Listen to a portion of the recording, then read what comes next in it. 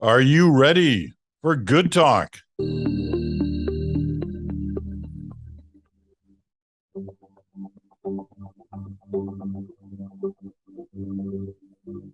hello there, Peter Mansbridge here in Toronto.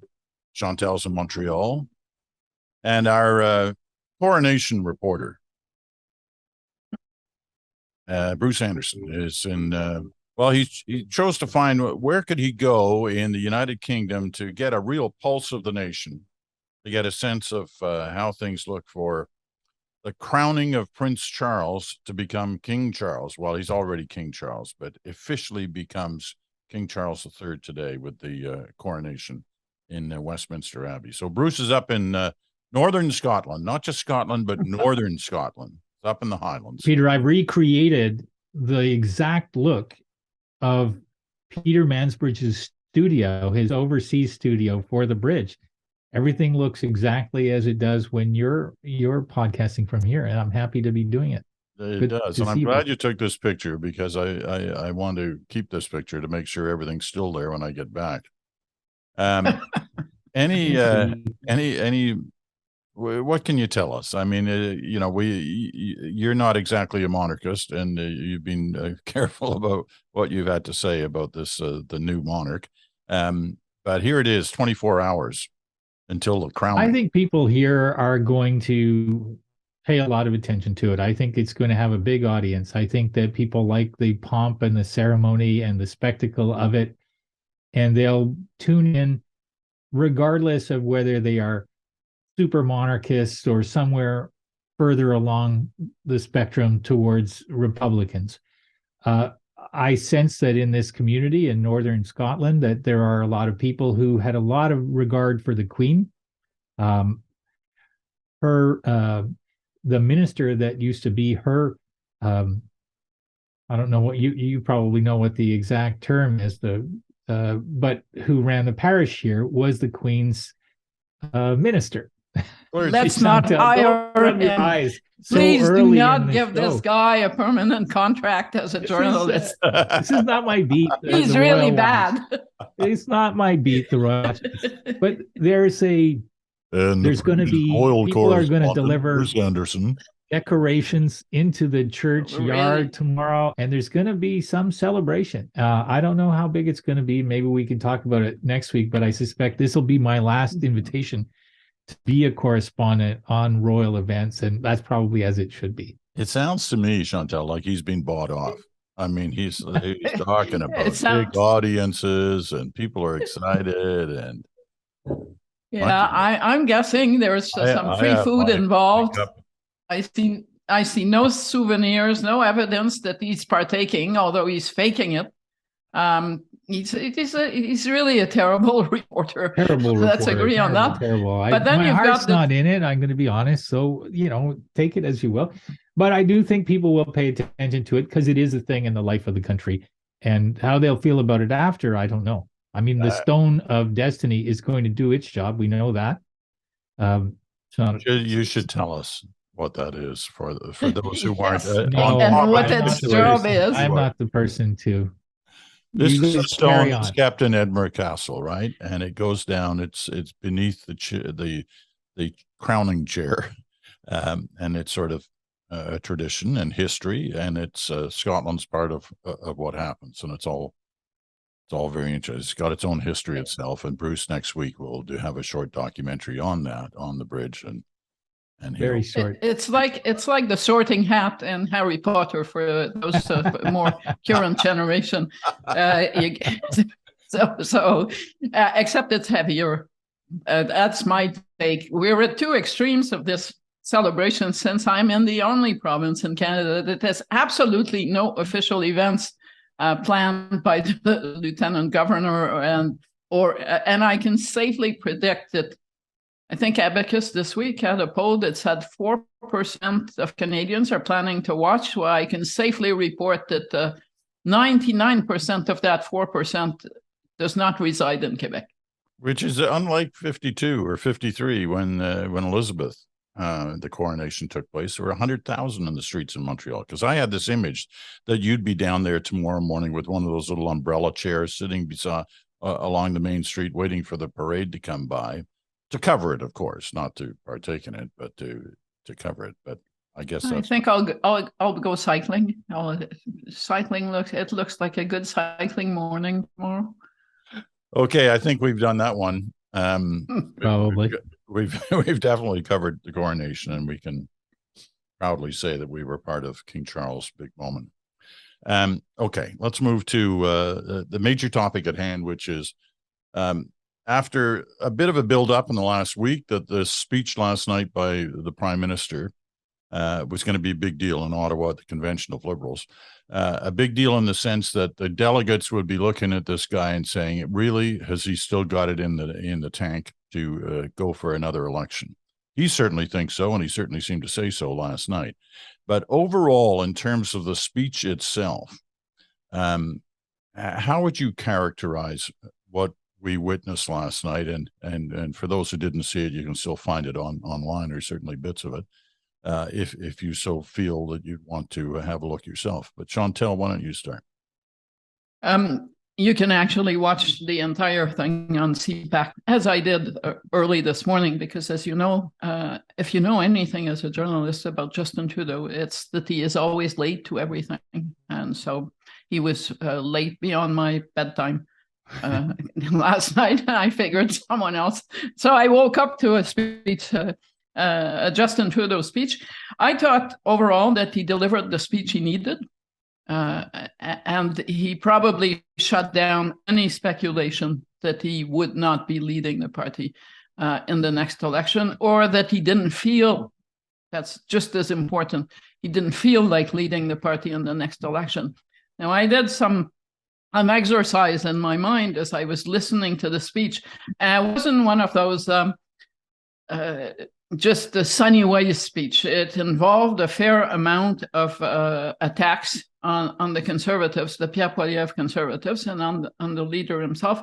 I tried, just for the fun of it, to change Pierre Poilievre's name in the speech for Jean Charest's name in the speech, Jean Charest being the main rival for the leadership of the Conservative Party last summer.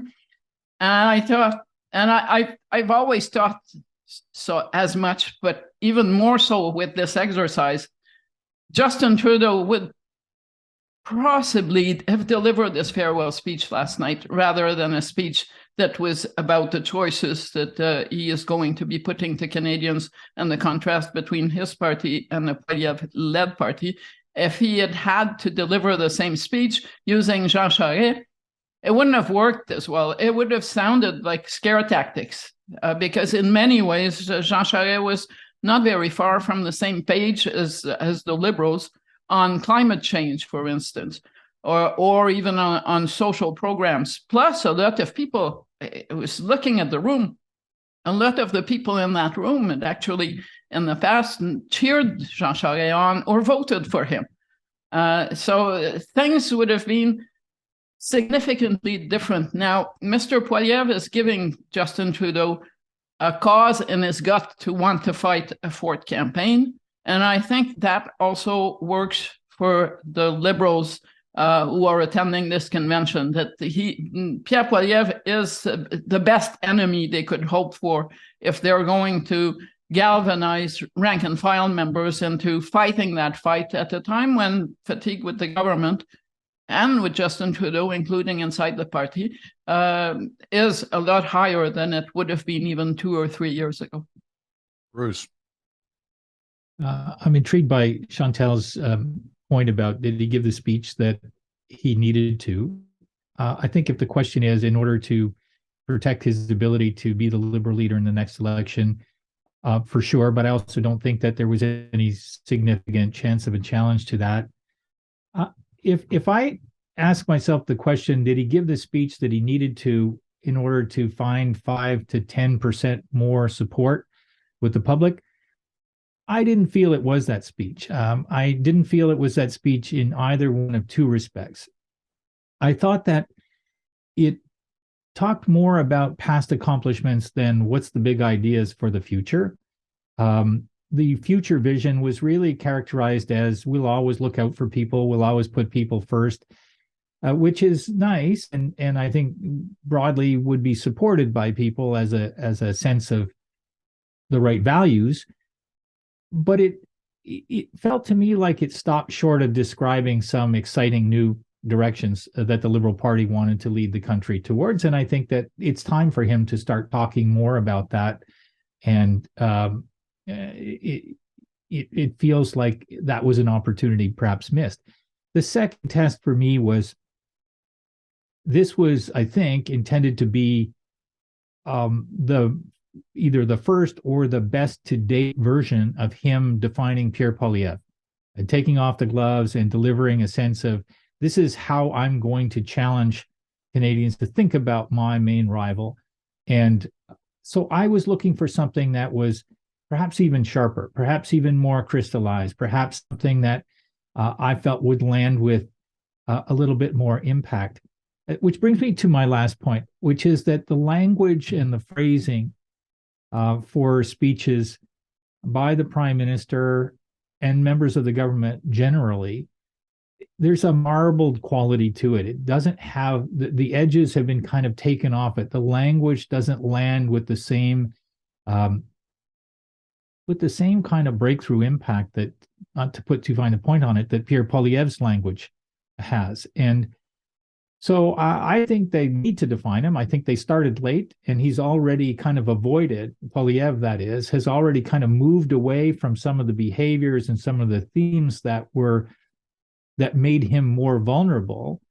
And so some of the criticisms of him now feel like they're a little bit dated in terms of the things that he's saying, but that's not necessarily a problem that can't be fixed. I think the challenge that the government has is that it doesn't speak like politicians anymore. It speaks like administrators. And I thought that there was a little too much of that in that speech last night in terms of what would happen if there was an election right now. Would it sound compelling enough, either in terms of what the Liberals have on offer or in terms of what you need to be fearful of with Pierre Poilievre? You know, I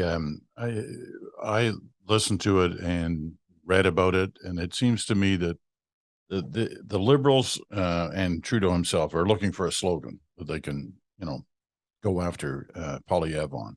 And last night the attempt at a slogan was sort of, they call us, wokeists, we call them brokenists. I don't know. I'm not sure that's going to travel too far. It doesn't have kind of the ring to it you like. I understand the motivation behind it, and perhaps they got some ground there to work with. It just sounded kind of clumsy in the delivery of it. But it is an interesting time, and you can have an argument over your theory, Bruce, about whether or not you need new stuff, or you could keep pounding away on the old stuff when you're attacking your enemy. But we'll see how that comes out. Chantal, did you see a slogan in there that the party can rally around?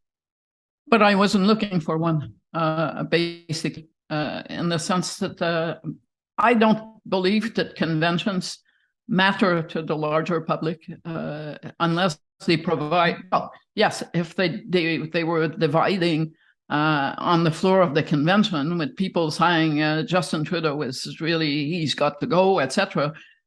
People would probably focus on that. That's not happening. But I don't think people are sitting on a Friday night or a Thursday night or a Friday morning wanting to listen to the Prime Minister's speech at this national convention. I'm also reminded that conventions take place outside of reality a lot of the time. And you guys were there. I remember walking away from the convention that picked Kim Campbell as the Conservative leader, and the polls after that leadership vote were really good for the Conservatives. But I remember walking away from there thinking that I had just spent the weekend outside in some surreal world where everything was great and the future was bright for the Conservatives. And that the second I stepped outside, the air was completely different. And it didn't seem like the people, it looked like they'd all been smoking some really good dope and lost touch with reality. And that actually went on for a number of months, which begs the question, is that also going to happen to the Liberals?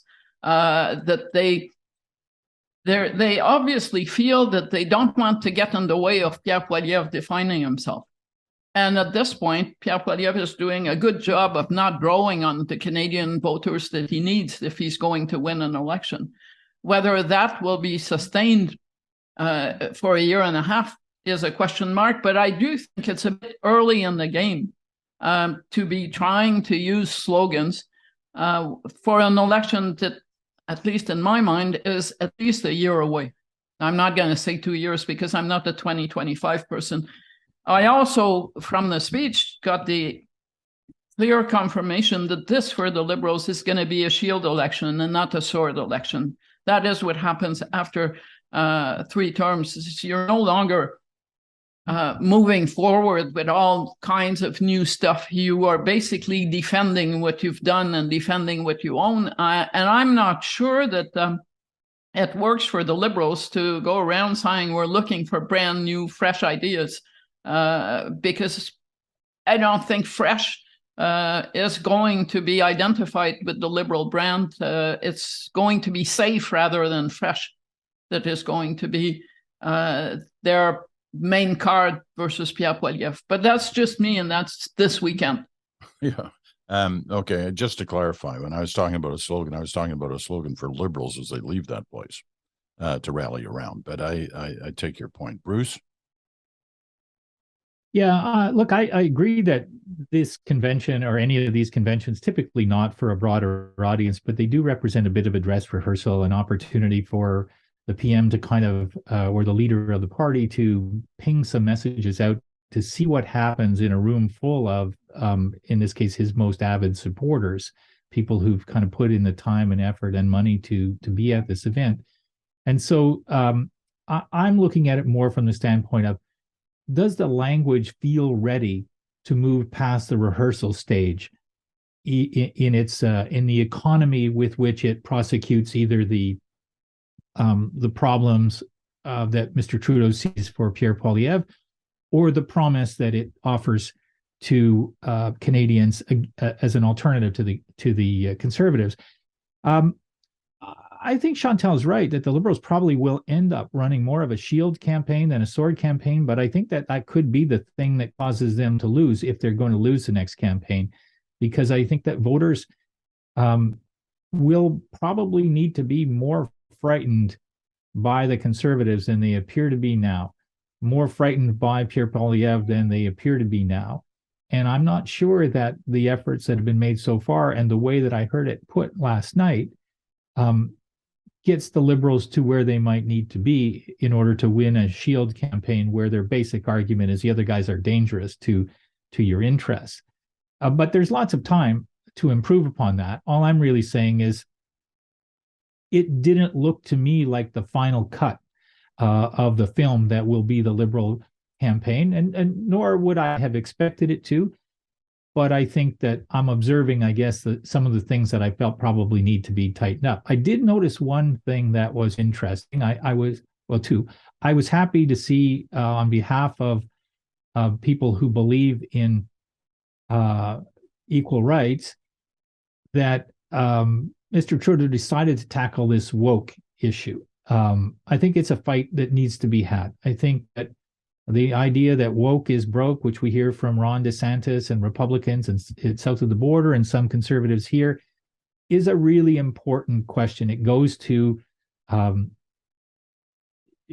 think from their standpoint, they like to make the case that it goes to the role of government interference in people's lives. From my standpoint, it is more a question of equal rights. And so I think it's a fight well worth having.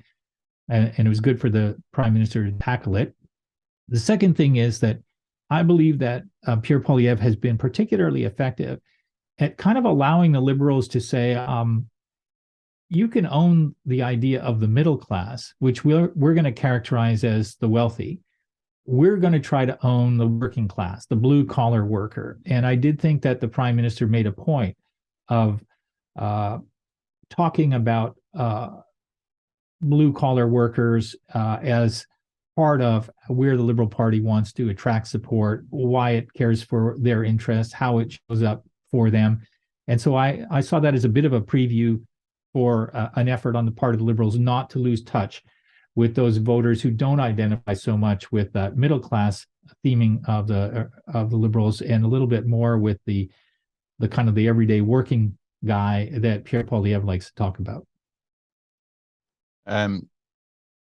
When you look at the and just as a last point on the question of the status of the Liberal Party and the Conservative Party right now, when you look at the most recent polls, it's tightened up once again, you know, if you believe in polls. But it wasn't that long ago, 6 weeks ago, where the Conservatives seemed to have a pretty healthy lead, you know, 6, 7, in some cases, I think even 8 points. Now it's back down to 2. It's basically kind of where it was after the last election.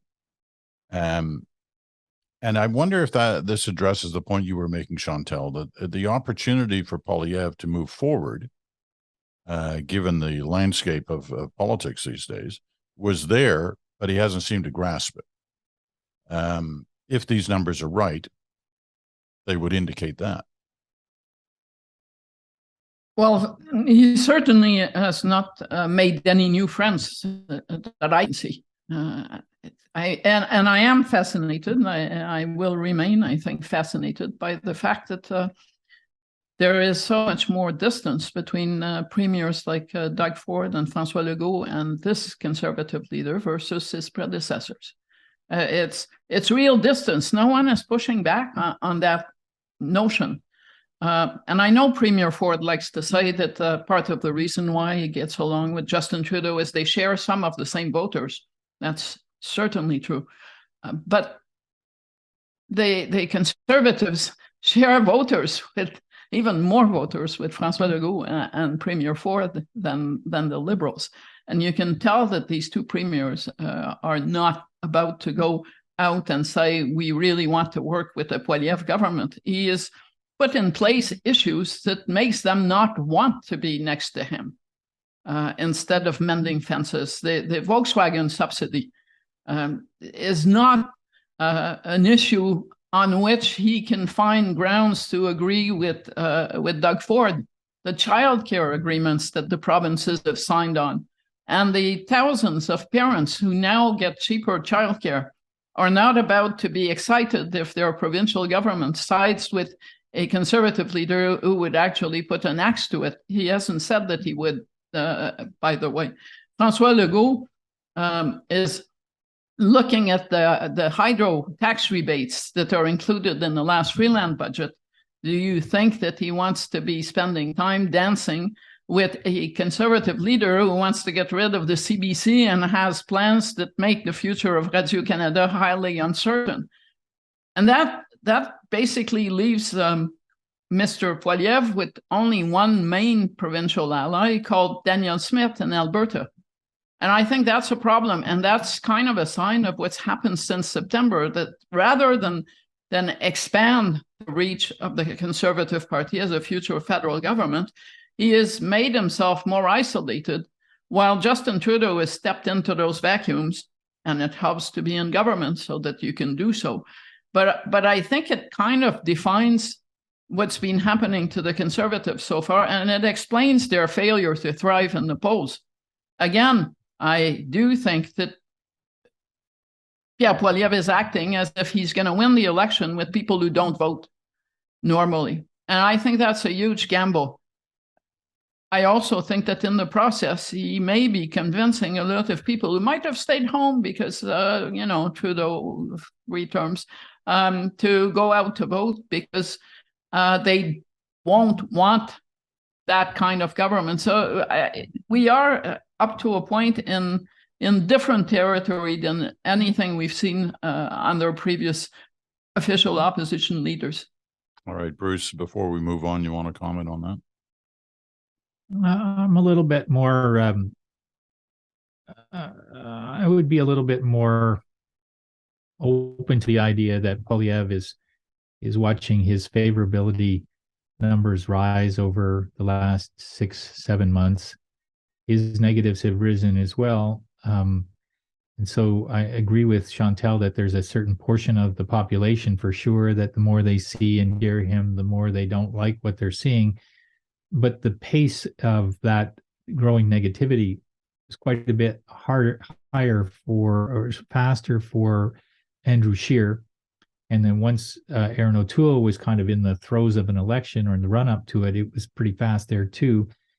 So I'm probably a little bit more hesitant to say that Pierre Poilievre is squandering the opportunity at this point, or doesn't still have it. Instead, I'm kind of watching the messages that he's using, and they seem to be moving a little bit away from the culture war, which I think is a disastrous electoral scenario for the Conservatives, and more towards we're going to get some houses built and ideas like that, which I think will require, if they do land more successfully over time, a little something more than a shield response from the Liberals on the policy side. I'm still curious to see how someone who goes to every press conference unable to handle pushback will handle a leaders' debate, which will be all about pushback. That's a good point. Right. Yeah. And he's got to be very careful about it. If he's moving away from the culture wars talk and moving into the, more general economic talk, he runs the risk of losing some people, right? On the culture. Look, it sounds like I think he's doing fantastic, I don't. And today's numbers would replicate the result of the last election. I think that's pretty clear. I do feel like Liberals might look at those numbers and decide that they're not as vulnerable as people might say, but their accessible voter pool has been trending down. And Poilievre's messages about jobs and waste and spending and houses are not culture war messages. And I think that he does deliver them with some effectiveness, I think, when he stays focused on that. But he's got to, all I was saying was he's got to watch his far right wing, that he could lose some of that to the People's Party. We got to move on. We've got a related topic in a way, and we'll come right back to it right after this.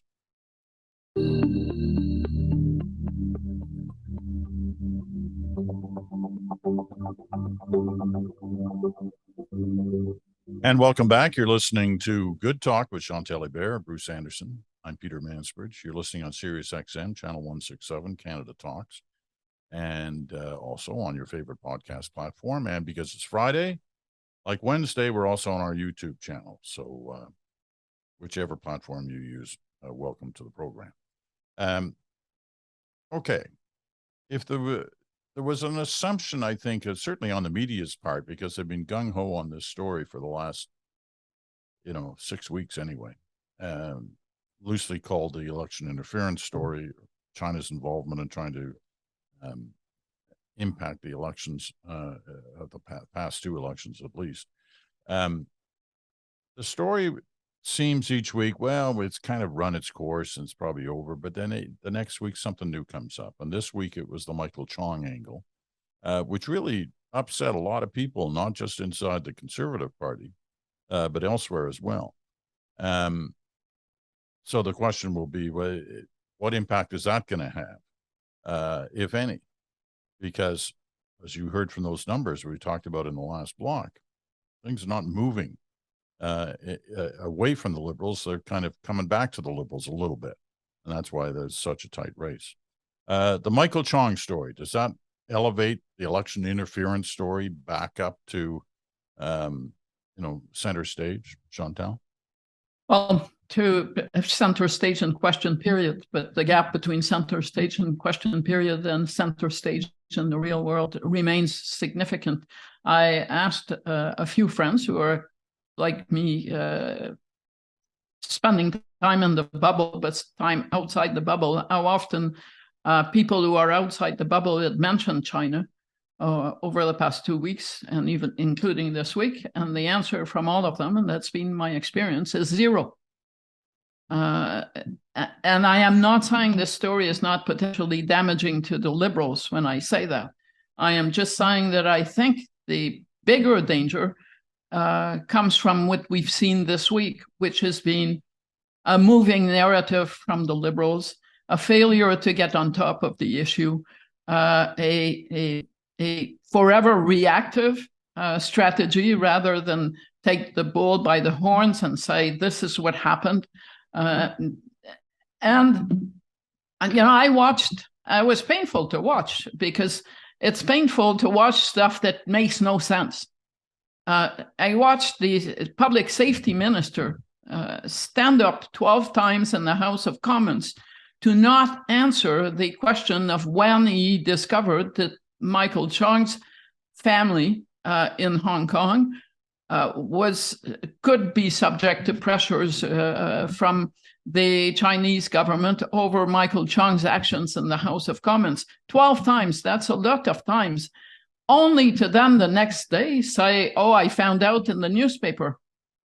Well, as one of my colleagues suggested on the CBC last night, the easy answer would be, I personally did not find out until I read the newspaper, but I am looking to see if it fell between some cracks somewhere, rather than just evade the question, which makes you look like you're hiding something. On Thursday, after the Prime Minister assured the House, Canadians, and Michael Chong that he too had only found out on Monday, and that presumably CSIS had not felt that it was important enough to move it up the food chain, his national security advisor called Michael Chong to say, well, it turns out that wasn't quite right. It was moved up the chain to the national security advisor. Now, there are a number of points that the government could have clarified on that basis. And we only know of this because she called Michael Chong, who told the House. One, Jody Thomas, the national security advisor who called him, was not in the job at that point in the summer of 2021. Two, there were interim people, three of them sharing that chair between June and the fall. And three, the government should have had someone come and clarify what it meant versus what the Prime Minister had said the day before. We are still waiting for that clarification. It's as if what happened in the House of Commons in that phone call is completely divorced from the government's narrative, which it is not, and which lends itself, I heard on Radio-Canada this morning, from someone who's normally well-informed, that Jody Thomas would probably or would likely have her job in peril for not having told the Prime Minister in 2021. She wasn't even there in 2021. All of this points to apparently an incapacity to get messages right in a crisis, which is an election is a 40-day crisis, daily crisis. That's what it is. If you can't get on top of a story over 5 days, when you're not even in an election campaign, what's going to happen to you in an election campaign? But also increasingly, I don't think people will ever talk to me about Jody Thomas and Michael Chong, frankly. But I do think that they're going to start asking me if the government is still competent enough to run the country, which is a more deadly question, frankly. Bruce?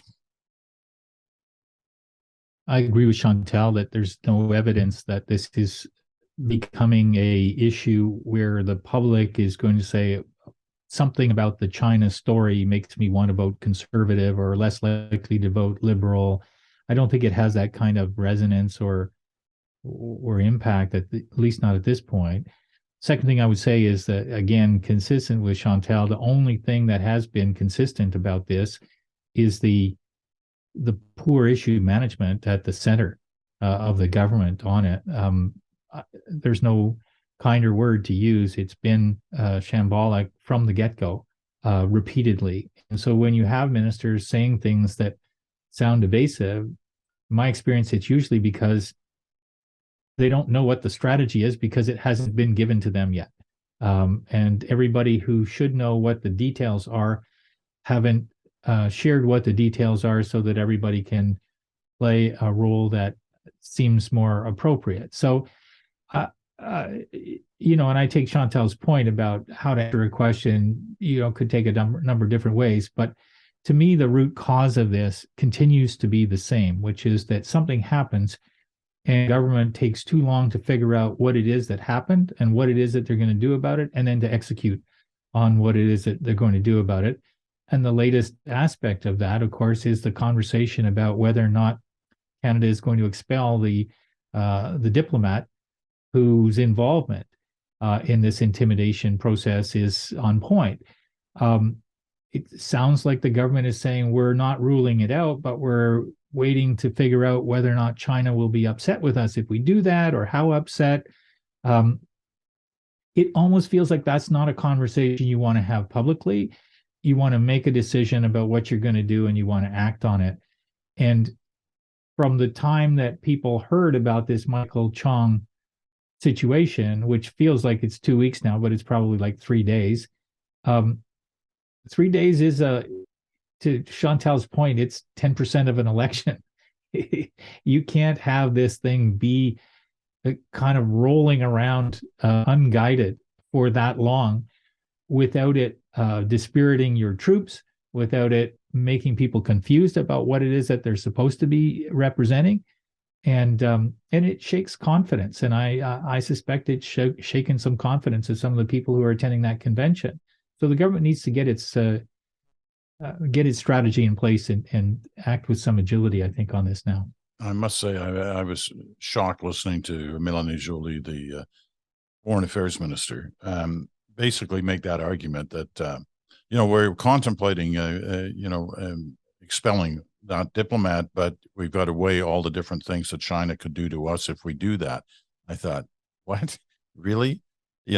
Saying that out loud is bad enough. Even thinking it to some degree. I mean, I recall the days where on a dime we threw out a dozen or more Soviet diplomats in the old Cold War days, like bang, right? Within hours of something having happened.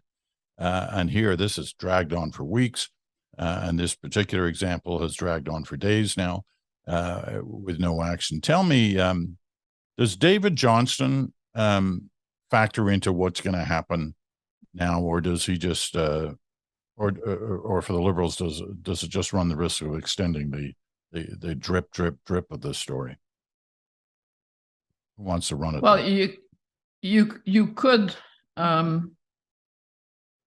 make a construct that pressure on the government, which drips through leaks from the security services and others, is pressure on David Johnston to conclude that a public inquiry is in order. And on that basis, that this drop by drop of acid on the government strategy is going to keep up until he reports. Whether Mr. Johnston is taking that into account or is just focusing on whatever his mandate is and saying, I'm going to make my decision free of the noise of the bubble and Parliament Hill is another issue. But for sure, I don't think that David Johnston's reputation, which is good, is strong enough to withstand the storm and the credibility test of not recommending some kind of review, public inquiry, judicial review, etc., in this file. I don't think that in any way, shape, or form a long list of prescriptions of things the government is already doing that it could do better is going to work politically. He's going to have to go further than that for his role and the exercise to be credible. Otherwise, he's just going to look like the latest person trying to put the lid on something that is already over boiling, and he's going to burn his hand in the process, not help the government cool down the debate. Bruce, do you have any thoughts on why this issue hasn't taken hold? It's clearly taken hold in the media, but it doesn't appear to have taken hold in the public. It's not a non-issue. It's a pretty important issue, but is it a simple fact that, people are more concerned about their, like the cost of their groceries, the cost of housing, the cost of any number of different things at a time of a battle against inflation. And so they're not interested in this. I mean, why do you think it's not taken hold? Well, I think that there are a number of reasons for it. I mean, one is that there's probably about a third of the public that wouldn't pay any attention to any news stories about national politics on any given day. Um, so that leaves the other two-thirds, I suppose, who would have paid some attention to this. And then the question is, would they be shocked that China is trying to interfere in Canadian politics? No. If they're following the news more generally, they would assume that China is trying to do this not only in Canada, but in the United States and in many other countries as well. And so one of the ways in which this story could have become more trenchant with the public, I think, is if it looked like there was something to the thesis that the Trudeaus were somehow in collusion with the Chinese who are trying to influence us, either to help raise money in the foundation or through some other form of nefarious interaction. I find that over time, there seems less evidence that that's a thing. Not that the Chinese weren't trying to cultivate, stronger ties and ultimately perhaps out of that basis some greater influence, but rather that there's probably nothing that's worth a full-scale public inquiry if the only question is who gave the money to the Trudeau Foundation and what did they get, if anything, in return, or what were they promised, if anything, in return. But Chantal's right, I think, in saying the question of whether or not there needs to be more transparency over the range of things that government knew and did or did not do something about with respect to Chinese interference, I feel like the responsible thing to do is there has to be some more transparency. What form that takes, I think, is still open to a reasonable argument from David Johnston. And I don't think I'm more convinced this many weeks after his appointment that a public inquiry just about the Trudeau Foundation would be worthwhile. I think we need to be a little bit more forward-looking and with a good measure of transparency about these various things that we do know or we have been hearing about are all part of a syndrome of Chinese efforts to interfere or implicate themselves more in our democracy. All right, Chantal, just 1 minute, please, on the impact of Alexander Trudeau, Justin Trudeau's brother, appearing before the committee this week. What was the and I'm going to link it to Maurice Rosenberg, the CEO of the foundation, who also testified the day before. I think the fact that Alexander Trudeau, as he's known here, his name was never mentioned under either Sacha or Alexandre in question period the day after, it tells you all you need to know.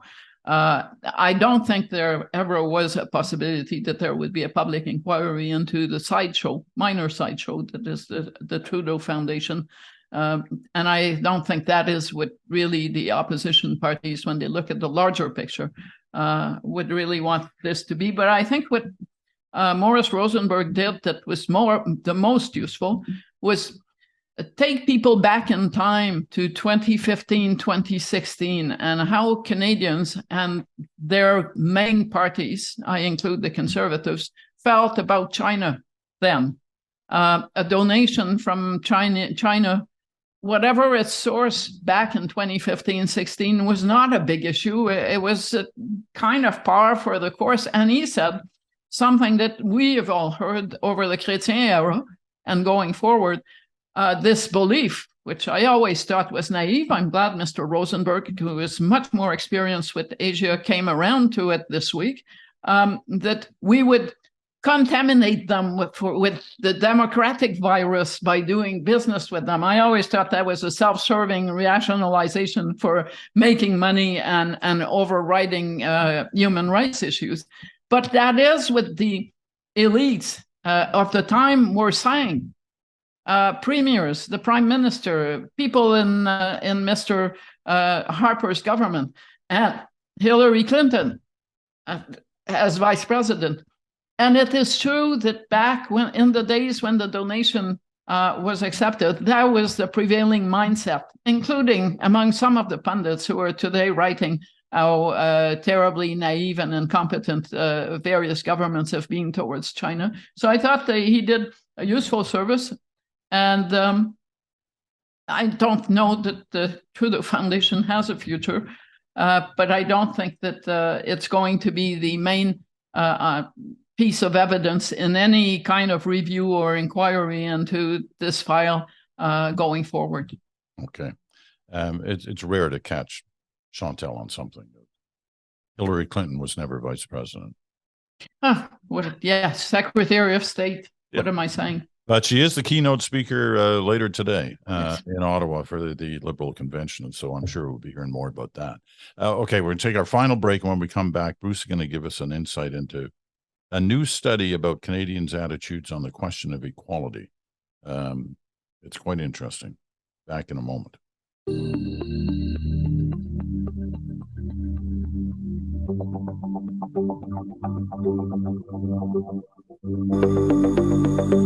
And welcome back. Our final segment of Good Talk for this day. Chantal and Bruce are with us. Bruce has a new study done by Spark Advocacy, his company, on the question of equality in Canada and how Canadians feel about the old adage of we're all equal.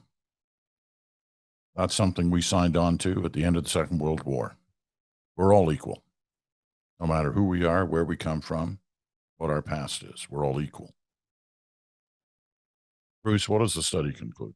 By the way, sorry. First of all, I just want to say 5 minutes. We only have about 5 minutes, so go for it. I wouldn't characterize it as a full-blown study or anything. I did write a piece based on 2 questions that I recently asked of a nationwide survey that are part of an effort I've been making lately to try to understand how much of the apparent disagreement that exists in our society around cultural issues really has to do not with the policies in question, but a basic premise of, do you believe that every individual should have the same rights as every other individual?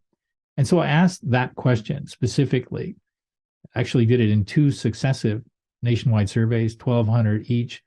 And the same number came back both times. 17% of Canadians who answered these surveys, said that they thought that some people should have fewer rights than other people. And then I wanted to know a little bit about, well, who do they have in mind when they say that?